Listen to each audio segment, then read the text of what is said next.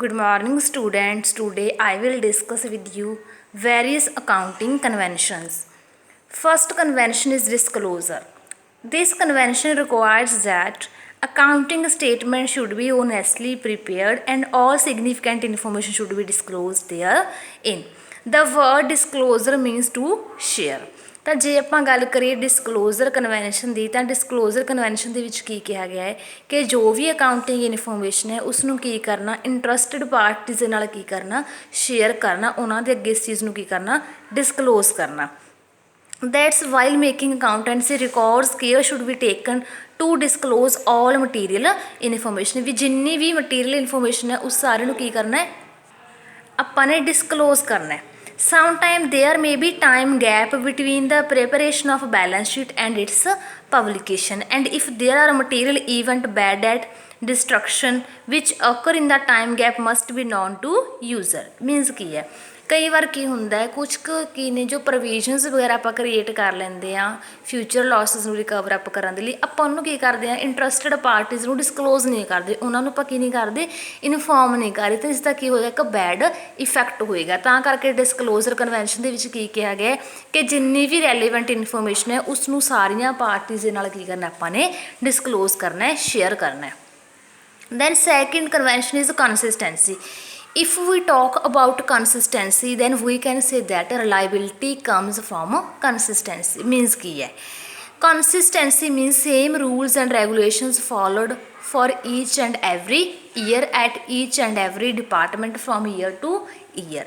This concept states that any policies adopted for accounting should not change frequently unless it is the demand of changing circumstances. Consistency means ਕੀ ਹੈ ਵੀ ਆਪਾਂ ਜੋ rules and regulations ਚਲਾਉਂਦੇ ਆ ਰਹੇ ਹਾਂ ਆਪਾਂ ਨੂੰ ਉਹੀ ਰੂਲ ਰੈਗੂਲੇਸ਼ਨਸ ਕੀ ਕਰਨੇ ਚਾਹੀਦੇ ਨੇ ਈਅਰਸ ਓਵਰ ਦੀ ਈਅਰਸ ਫੋਲੋ ਕਰਨੇ ਚਾਹੀਦੇ ਨੇ ਕੰਸਿਸਟੈਂਸੀ ਵਰਡ ਦਾ ਮੀਨਿੰਗ ਕੀ ਹੁੰਦਾ ਕਾਂਸਟੈਂਟ ਸਟੈਟਿਕ ਵੀ ਆਪਾਂ ਨੇ ਚੇਂਜ ਨਹੀਂ ਕਰਨੀਆਂ ਪੋਲਿਸੀਜ਼ ਨੂੰ ਜੋ ਆਪਾਂ ਨੇ ਇੱਕ ਵਾਰ ਇੰਪਲੀਮੈਂਟ ਕਰ ਦਿੱਤੀਆਂ ਹਰ ਇੱਕ ਈਅਰ ਆਪਾਂ ਕੀ ਕਰਨਾ ਉਹਨਾਂ ਪੋਲਿਸੀਜ਼ ਦੇ ਅਤੇ ਉਹਨਾਂ ਰੂਲਸ ਦੇ ਅਕੋਰਡਿੰਗ ਹੀ ਅਕਾਊਂਟਸ ਨੂੰ ਪ੍ਰੀਪੇਅਰ ਕਰਨਾ ਹੈ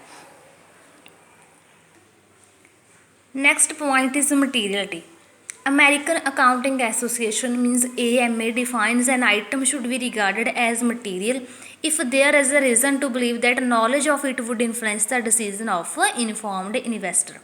ਮਟੀਰੀਅਲਟੀ ਮੇਨ ਕੀ ਹੁੰਦਾ ਹੈ ਮਟੀਰੀਅਲ ਦਾ ਮਤਲਬ ਹੁੰਦਾ ਰੈਲੀਵੈਂਟ ਇਨਫੋਰਮੇਸ਼ਨ ਜੇ ਆਪਾਂ ਗੱਲ ਕਰਦੇ ਹਾਂ ਮਟੀਰੀਅਲਟੀ ਦੀ ਤਾਂ ਹੋ ਸਕਦਾ ਕੋਈ ਇੱਕ ਟ੍ਰਾਂਜੈਕਸ਼ਨ ਇੱਕ ਪਰਸਨ ਦੇ ਲਈ ਕੀ ਹੋਵੇ ਉਹ ਬਹੁਤ ਹੀ ਰੈਲੀਵੈਂਟ ਹੋਵੇ ਦੂਜੇ ਪਰਸਨ ਦੇ ਲਈ ਕੀ ਹੋਵੇ ਉਹ ਇਰੈਲੀਵੈਂਟ ਹੋਵੇ ਤਾਂ ਇੱਕ ਜੋ ਅਕਾਊਂਟੈਂਟ ਹੈ ਉਸ ਦੀ ਕੀ ਰਿਸਪੋਂਸੀਬਿਲਿਟੀ ਹੈ ਕਿ ਜਿੰਨੀ ਵੀ ਮਟੀਰੀਅਲ ਇਨਫੋਰਮੇਸ਼ਨ ਹੈ ਉਸ ਸਾਰੇ ਨੂੰ ਕੀ ਕਰਨਾ ਪ੍ਰੋਪਰ ਅਕਾਊਂਟਸ ਦੇ ਵਿੱਚ ਰਿਕਾਰਡ ਕਰਨਾ ਐਂਡ ਡਿਸਕਲੋਜ਼ ਵੀ ਕਰਨਾ ਰਿਲੇਟਡ ਪਾਰਟੀਜ਼ ਨੂੰ ਕਿਉਂਕਿ ਇਹਦੇ ਵਿੱਚ ਕੀ ਆ ਜਾਂਦੀ ਹੈ ਇਹਦੇ ਵਿੱਚ ਸਬਜੈਕਟਿਵਿਟੀ ਆ ਜਾਂਦੀ ਹੈ ਹਰ ਇੱਕ ਦੀ ਪਰਸਨਲ ਜੱਜਮੈਂਟ ਆ ਜਾਂਦੀ ਹੈ ਹੋ ਸਕਦਾ ਕਿ ਇੱਕ ਪਰਸਨ ਦੇ ਲਈ ਇਨਫੋਰਮੇਸ਼ਨ ਬਹੁਤ ਰੈਲੀਵੈਂਟ ਹੋਵੇ ਜਿਸ ਨੂੰ ਕੀ ਕੀਤਾ ਕਿਸੇ ਦੂਜੇ ਪਰਸਨ ਨੇ ਕੀ ਨਹੀਂ ਕੀਤਾ ਉਸ ਨੂੰ ਇਨਫੋਰਮ ਨਹੀਂ ਕੀਤਾ ਤਾਂ ਉਹ ਚੀਜ਼ ਕੀ ਹੋ ਜਾਏਗੀ ਉੱਥੇ ਬਾਇਸਨੈਸ ਕ੍ਰੀਏਟ ਹੋ ਜਾਏਗੀ ਐਰਰਸ ਦੀ ਪੋਸੀਬਿਲਿਟੀ ਜ਼ਿਆਦਾ ਹੋ ਜਾਏਗੀ ਤਾਂ ਮਟੀਰੀਅਲਟੀ ਦੇ ਵਿੱਚ ਇਹੀ ਕਿਹਾ ਗਿਆ ਕਿ ਵੀ ਜਿੰਨੀ ਵੀ ਮਟੀਰੀਅਲ ਇਨਫੋਰਮੇਸ਼ਨ ਹੈ ਬੇਸ਼ੱਕ ਮੋਨੀਟਰੀ ਹੈ ਬੇਸ਼ੱਕ ਨਾਨ ਮੋਨੀਟਰੀ ਹੈ ਹਰ ਇੱਕ ਨੂੰ ਕੀ ਕਰਨਾ ਰਿਕਾਰਡ ਵੀ ਕਰਨਾ ਆਪਾਂ ਨੇ ਡਿਸਕਲੋਜ਼ ਵੀ ਕਰਨਾ then fifth point objectivity the word objectivity means that there should not be any biasness while preparing accounts means ਕੀ ਹੈ ਦੋ ਹੀ ਕਨਸੈਪਟ ਹੁੰਦੇ ਨੇ ਇੱਕ ਤਾਂ ਸਬਜੈਕਟਿਵਿਟੀ ਇੱਕ ਹੁੰਦੀ ਹੈ objectivity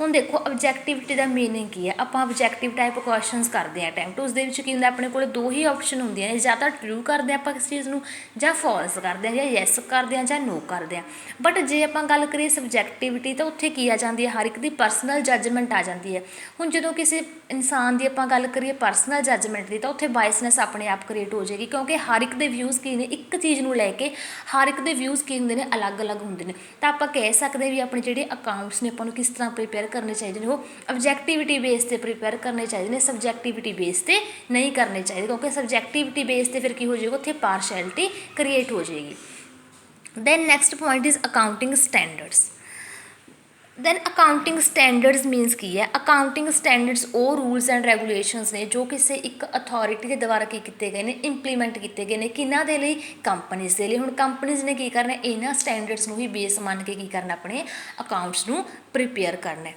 ਤਾਂ to promote world wide uniformity in public accounts ਔਰ ਦਾ ਇੰਟਰਨੈਸ਼ਨਲ ਅਕਾਊਂਟਿੰਗ ਸਟੈਂਡਰਡ ਕਮੇਟੀ। ਤਾਂ IASC ਸੀ ਜਿਹੜੀ ਉਹ 1973 ਦੇ ਵਿੱਚ ਆਈ ਸੀ। ਇੰਡੀਅਨ ਅਕਾਊਂਟਿੰਗ ਸਟੈਂਡਰਡ ਕਮੇਟੀ ਇਹ 1973 ਦੇ ਵਿੱਚ ਆਈ ਸੀ। ਬਟ ਇਸ ਤੋਂ ਬਾਅਦ ਵੀ ਇੱਕ ਬੋਡੀ ਆ ਗਈ ਸੀ ਜਿਸ ਦਾ ਨਾਮ ਸੀ IASB। ਬੁੱਕ ਦੇ ਵਿੱਚ ਸ਼ਾਇਦ ਨਹੀਂ ਹੋਵੇਗਾ, ਬਟ ਇਸ ਦੇ ਬਾਅਦ ਇੱਕ ਬੋਡੀ ਆਈ ਸੀ IASB Indian accounting standard committee. ਤਾਂ 1973 ਦੇ ਵਿੱਚ ਆਈ ਸੀ, ਬਟ 1977 ਦੇ ਵਿੱਚ ਕੀ ਹੋਇਆ ਸੀ, ਇੱਕ IASB ਆਈ ਸੀ। ਬਟ ਇਹ 2002 ਤੱਕ ਹੀ ਚੱਲ ਪਾਈ ਕਿਉਂਕਿ 2002 ਦੇ ਵਿੱਚ ਕੀ ਆ ਗਿਆ, ਫਿਰ IFRS ਆ ਚੁੱਕਿਆ ਸੀ। ਤਾਂ ਉਹ IFRS ਕੀ ਸੀਗਾ, ਇੰਡੀਅਨ ਫਾਈਨੈਂਸ਼ੀਅਲ ਰਿਪੋਰਟਿੰਗ ਸਿਸਟਮ। ਤਾਂ ਆਪਾਂ ਕਹਿ ਸਕਦੇ ਹਾਂ ਵੀ ਅਕਾਊਂਟਿੰਗ ਸਟੈਂਡਰਡ ਕਿਸ ਦੇ ਰੂਲਸ ਰੈਗੂਲੇਸ਼ਨਸ ਅਕੋਰਡਿੰਗ ਪ੍ਰੀਪੇਅਰ ਕਰ ਸਕਦੇ ਹਾਂ, IASB। ਹੁਣ IASB ਨੂੰ ਕੀ ਹੋ ਗਿਆ, ਖਤਮ ਹੋ ਗਈ, ਹੁਣ ਕੀ ਆ ਗਈ ਆਪਣੀ IFRS ਆ ਗਈ। ਤਾਂ ਮੀਨਿੰਗ ਕੀ ਹੈ accounting standard the, accounting standards R the written statements of rules and guidance. ਇਹ ਕਿ ਇੱਕ ਰਿਟਨ ਸਟੇਟਮੈਂਟਸ ਨੇ। ਤਾਂ ਨੇਚਰ ਕੀ ਹੈ, guide to the accountant, act as a dictator. Dictator ਦਾ ਕੰਮ ਕਰਦਾ। ਡਿਕਟੇਟਰ ਮੀਨਸ ਕਿ ਆਪਾਂ ਜਦੋਂ ਆਪਣੀ ਚੁਆਇਸ ਅਕੋਰਡਿੰਗ ਕੁਛ ਚੀਜ਼ਾਂ ਸਿਲੈਕਟ ਕਰ ਲੈਂਦੇ ਹਾਂ ਹੋਲ ਦੇ ਵਿੱਚੋਂ।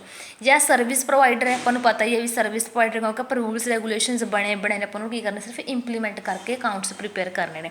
Then act as a harmonizer.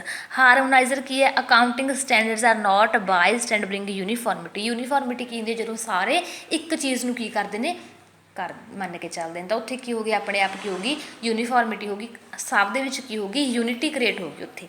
Then objectives ਕੀ ਨੇ, first objective is for bringing uniformity in accounting method.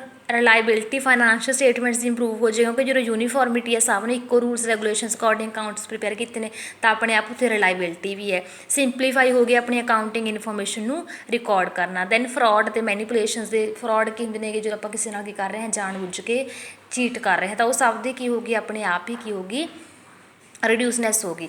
Then helps auditor. Auditor ਨੂੰ ਵੀ ਈਜ਼ੀ ਹੋ ਜਾਏਗਾ ਵੈਰੀਫਿਕੇਸ਼ਨ ਕਰਨਾ। ਆਡੀਟਰ ਕੌਣ ਹੁੰਦਾ, ਇੱਕ ਇੰਡੀਪੈਂਡੈਂਟ ਪਰਸਨ ਹੁੰਦਾ ਜੋ ਆਪਣੇ ਬਣੇ ਬਣਾਏ ਅਕਾਊਂਟਸ ਨੂੰ ਕੀ ਕਰਦਾ, ਸਿਰਫ ਚੈੱਕਆਊਟ ਕਰਦਾ। ਚੈੱਕਆਊਟ ਕੀ ਕਰਨਾ ਉਹਨੇ, ਵੀ ਕੋਈ ਕਿਤੇ ਐਰਰ ਫਰੋਡ ਵਗੈਰਾ ਤਾਂ ਨਹੀਂ ਕੀਤਾ ਹੋਇਆ ਬਿਜ਼ਨਸ ਨੇ, ਟ੍ਰਾਂਜੈਕਸ਼ਨਸ ਪ੍ਰੋਪਰ ਮੇਨਟੇਨ ਕੀਤੀਆਂ, ਤਾਂ ਉਹ ਕਿਸ ਦਾ ਕੰਮ ਹੈ, ਆਡੀਟਰ ਦਾ। ਤਾਂ ਜੇ ਆਪਾਂ ਕੀ ਕਰ ਰਹੇ ਹਾਂ, ਯੂਨੀਫਾਰਮਿਟੀ ਬੇਸ 'ਤੇ ਅਕਾਊਂਟ ਬਣਾ ਰਹੇ ਹਾਂ, ਤਾਂ ਆਪਣੇ ਆਪ ਤੋਂ ਕੋਈ ਫਰੋਡ ਨਹੀਂ ਹੋਏਗਾ। ਜੇ ਫਰੋਡ ਨਹੀਂ ਹੋਏਗਾ ਤਾਂ ਆਡੀਟਰ ਦਾ ਕੰਮ ਕੀ ਹੋ ਜਾਏਗਾ, ਈਜ਼ੀ ਹੋ ਜਾਏਗਾ। ਦੈਨ ਇਹ ਤੁਹਾਡੇ ਅਕਾਊਂਟਸ ਨੇ, ਅਕਾਊਂਟਿੰਗ ਸਟੈਂਡਰਡ 1 to 32 ਨੇ, ਇਹ ਤੁਹਾਨੂੰ ਕੀ ਕਰਨੇ ਪੈਣਗੇ, ਲਰਨ ਕਰਨੇ ਪੈਣਗੇ। ਤਾਂ ਦੇਖੋ 1 ਕੀ ਹੈ, disclosure of accounting policies, inventories, cash, contingencies. ਤਾਂ ਜੇ ਤੁਸੀਂ ਕਹਿੰਦੇ ਹੋ ਤਾਂ ਮੈਂ ਇਸ ਦੀ ਇੱਕ ਟ੍ਰਿਕ ਹੈ, ਤੁਹਾਨੂੰ ਨੈਕਸਟ ਕਲਾਸ ਦੇ ਵਿੱਚ ਆਪਾਂ ਇਸ ਦੀ ਟ੍ਰਿਕ ਨੂੰ ਡਿਸਕਸ ਕਰ ਲਵਾਂਗੇ, ਬਟ ਜੇ ਤੁਹਾਡੇ ਤੋਂ ਯਾਦ ਹੋ ਸਕਦੇ ਨੇ ਤਾਂ ਇਹਨੂੰ ਈਜ਼ੀਲੀ ਯਾਦ ਕਰ ਸਕਦੇ ਹੋ। ਦੈਨ ਆਪਣੇ ਕੋਲ ਅਕਾਊਂਟਿੰਗ ਮੈਕੈਨਿਜ਼ਮ ਔਰ ਸਿਸਟਮ। ਇਸ ਦੇ ਵਿੱਚ ਕੀ ਨੇ, ਦੋ ਮੈਥਡ ਹੁੰਦੇ ਆਪਣੇ ਕੋਲ, ਇੱਕ ਸਿੰਗਲ ਐਂਟਰੀ ਸਿਸਟਮ ਤੇ ਇੱਕ double entry system. Single entry system ਦੇ ਵਿੱਚ ਕੀ ਹੁੰਦਾ ਹੈ, ਜਦੋਂ ਆਪਾਂ ਸਿਰਫ ਇੱਕ ਟ੍ਰਾਂਜੈਕਸ਼ਨ ਰਿਕਾਰਡ ਕਰਦੇ ਹਾਂ, ਬਟ ਡਬਲ ਐਂਟਰੀ ਦੇ ਵਿੱਚ ਆਪਾਂ ਨੇ ਕੀ ਕੀਤਾ ਵੀ ਹਰ ਇੱਕ ਡੈਬਿਟ ਲਈ ਕੀ ਹੁੰਦਾ, ਉੱਥੇ ਇੱਕ ਕ੍ਰੈਡਿਟ ਹੁੰਦਾ। ਤਾਂ ਇਹ ਡਬਲ ਐਂਟਰੀ ਸਿਸਟਮ ਹੈ। ਹੁਣ ਐਡਵਾਂਟੇਜਸ ਕੀ ਨੇ ਇਸਦੇ, ਆਪਾਂ ਨੂੰ ਪ੍ਰੋਪਰ ਪ੍ਰੋਫਿਟ ਲੋਸ ਪਤਾ ਲੱਗ ਜਾਂਦਾ, ਫਾਈਨੈਂਸ਼ੀਅਲ ਪੋਜੀਸ਼ਨ ਪਤਾ ਲੱਗ ਜਾਂਦਾ, ਡੈਬਿਟ ਕ੍ਰੈਡਿਟ ਸਾਈਡ 'ਤੇ ਕੀ ਹੋ ਰਿਹਾ, ਅਰਥਮੈਟਿਕ ਐਕੂਰੇਸੀ ਹੋ ਜਾਂਦੀ ਹੈ ਟ੍ਰਾਇਲ ਬੈਲੈਂਸ ਕੰਪੇਅਰ ਕਰਨ ਦੇ ਵਿੱਚ। ਬਿਜ਼ਨਸਮੈਨ ਕੀ ਕਰ ਸਕਦਾ, ਕਰੰਟ ਈਅਰ ਨੂੰ ਪਾਸਟ ਈਅਰ ਨਾਲ ਕੰਪੇਅਰ ਕਰ ਸਕਦਾ ਇਜ਼ੀਲੀ, ਕੋਈ ਫਰੋਡ ਦੀ ਮਿਸਰੀਪ੍ਰਜੈਂਟੇਸ਼ਨ ਨਹੀਂ ਹੋਏਗੀ। ਬਟ ਡਿਸਐਡਵਾਂਟੇਜਸ ਕੀ ਨੇ ਇਸਦੇ ਲਈ ਕੀ ਚਾਹੀਦਾ ਹੁੰਦਾ ਹੈ, ਦੇਖੋ ਜ਼ਿਆਦਾ ਟਾਈਮ ਲੇਬਰ ਚਾਹੀਦਾ, ਹਰ ਇੱਕ ਡੈਬਿਟ ਦੇ ਲਈ ਆਪਾਂ ਨੂੰ ਕ੍ਰੈਡਿਟ ਕਰਨਾ ਪਏਗਾ, ਤਾਂ ਐਕਸਪਰਟ ਲੇਬਰ ਵੀ ਚਾਹੀਦੀ ਹੁੰਦੀ ਹੈ ਆਪਾਂ ਨੂੰ। ਉਸ ਤੋਂ ਬਾਅਦ ਕੀ ਹੋ ਗਿਆ, ਇਹ ਕੰਪਲੈਕਸ ਹੈ, ਐਰਰਸ ਵਗੈਰਾ ਦੀਆਂ ਜ਼ਿਆਦਾ ਚਾਂਸਿਸ ਹੋ ਸਕਦੇ ਨੇ। Then it is clear from the above discussion that advantage of double entry system far outweigh its disadvantage. ਵੀ ਕੀ ਐਡਵਾਂਟੇਜਸ ਹੀ ਇਕੱਲੇ ਨੇ, ਉੱਥੇ ਕੀ ਨੇ, ਡਿਸਐਡਵਾਂਟੇਜ ਵੀ ਨੇ। Next topic is accounting cycle. Accounting cycle starts from journal to ledger, trial balance, financial statement, source documents. ਤਾਂ ਆਪਣੇ ਕੋਲ ਕੀ ਹੋਣਗੇ, ਪਹਿਲਾਂ ਕੁਝ ਬੁੱਕਸ ਹੋਣਗੀਆਂ, ਆਪਾਂ ਉਹਨੂੰ ਰਿਕਾਰਡ ਕਰ ਦੇਵਾਂਗੇ ਜਰਨਲ ਦੇ ਵਿੱਚ, ਜਰਨਲ ਤੋਂ ਬਣਾਵਾਂਗੇ ਲੈਜਰ, ਲੈਜਰ ਤੋਂ ਟਰਾਇਲ ਬੈਲੈਂਸ ਤੇ ਫਿਰ financial statements. Then next topic is basis of accounting. First point is cash basis. Cash basis means revenues are recognised when cash is received. ਆਪਾਂ ਰੈਵਨਿਊ ਨੂੰ ਉਦੋਂ ਹੀ ਮੰਨਾਂਗੇ ਜਦੋਂ ਆਪਾਂ ਨੂੰ ਕੀ ਹੋ ਗਿਆ, ਉਸ ਤੋਂ ਕੈਸ਼ ਰਿਸੀਵ ਹੋ ਗਿਆ। ਜਦੋਂ ਤੱਕ ਆਪਾਂ ਨੂੰ ਕੈਸ਼ ਰਿਸੀਵ ਨਹੀਂ ਹੋਇਆ, ਆਪਾਂ ਉਸ ਨੂੰ ਪੋਸਟ ਨਹੀਂ ਕਰਾਂਗੇ। ਤਾਂ ਇਹ ਕਿਹੜੀ ਐਂਟਰੀ ਕਹਿ ਰਹੀ ਹੈ ਆਪਾਂ ਨੂੰ, ਕਿਹੜਾ ਕਨਸੈਪਟ ਕਹਿ ਰਿਹਾ ਹੈ, ਕੈਸ਼ ਬੇਸਿਸ ਕਹਿ ਰਹੇ ਹੈ। ਦੈਨ ਐਕਰੂਅਲ ਬੇਸਿਸ ਔਰ ਮਰਸੈਂਟਾਈਲ ਬੇਸਿਸ। ਦੇਖੋ ਕੈਸ਼ ਜਾਂ ਰਿਲਾਈਜੇਸ਼ਨ ਇੱਕੋ ਗੱਲ ਹੁੰਦੀ ਹੈ। ਰਿਲਾਈਜੇਸ਼ਨ ਦੇ ਵਿੱਚ ਵੀ ਇਹ ਹੁੰਦਾ ਵੀ ਆਪਾਂ ਨੂੰ ਜਦੋਂ ਕੈਸ਼ ਰਿਲਾਈਜ਼ਡ ਹੋਇਆ ਆਪਣੇ ਹੱਥਾਂ ਦੇ ਵਿੱਚ, ਜਦੋਂ ਕੈਸ਼ ਆਇਆ ਆਪਾਂ ਨੂੰ ਉਦੋਂ ਹੀ ਰਿਕਾਰਡ ਕਰਨਾ ਹੈ। ਬਟ ਸੈਕਿੰਡ ਕਨਸੈਪਟ ਹੈ ਐਕਰੂਅਲ ਬੇਸਿਸ। ਇਹ ਕਹਿੰਦੇ ਵੀ ਜ਼ਰੂਰੀ ਨਹੀਂ, ਰਿਸੀਵ ਜਦੋਂ ਮਰਜ਼ੀ ਉਸ ਨੂੰ ਕੀ ਕਰੋ, ਰਿਕਾਰਡ ਕਰ ਦਿਓ। ਜਦੋਂ ਸੇਲ ਕਰਤੀ ਉਦੋਂ ਹੀ ਰਿਕਾਰਡ ਕਰ ਦਿਓ। ਕੈਸ਼ ਬੇਸ਼ੱਕ ਅੱਜ ਆ ਜਾਂ ਬੇਸ਼ੱਕ 1 ਈਅਰ ਬਾਅਦ ਆ ਰਿਹਾ ਜਾਂ 2 ਈਅਰ ਬਾਅਦ ਆ ਰਿਹਾ, की एक्रूअल बेसिस कंसैप्ट है। Third method is hybrid method. Hybrid method मीनस combination of both cash basis plus credit basis. मीनस कि जो आप ट्रांजैक्शनस ਨੂੰ ਕੀ ਕਰ ਰਹੇ ਹਾਂ कैश बेसिस से भी कर रहे हैं रिकॉर्ड तो एक्रूअल बेसिस से भी आप इसमें कह सकते हैं hybrid basis. Then next point is difference. Difference आपको पता है भी कैश के की कर रहे हैं, आप कैश के बेसिस से कर रहे हैं, मर्सेटाइल के की कर रहे हैं एक्रूअल्स के बेसिस से कर रहे हैं। तो कैश बेसिस की वो प्रॉपर रैकोगनाइज नहीं किसी भी companies act, but accrual basis की है एक रैकोगनाइज किया गया, इसमें एक एक्ट के अंडर किया गया। तो जे आप गल करिए कैश बेसिस तो प्रॉफिट लॉस की कोई ट्रू स्टेटमेंट नहीं दे सकता, क्योंकि आप सिर्फ कैश में रिकॉर्ड कर रहे हैं, एक्रूअल बेसिस नहीं कर रहे। बट मर्सेंटाइल बेसिस की कर रहे हैं, आपको प्रॉपर मैंशन कर रहे हर एक चीज़ में, हर एक कंसैप्ट में। This time records the payment और receipt receive in the current year even if it relates to past और फ्यूचर, किमें भी रिलेटेड होन।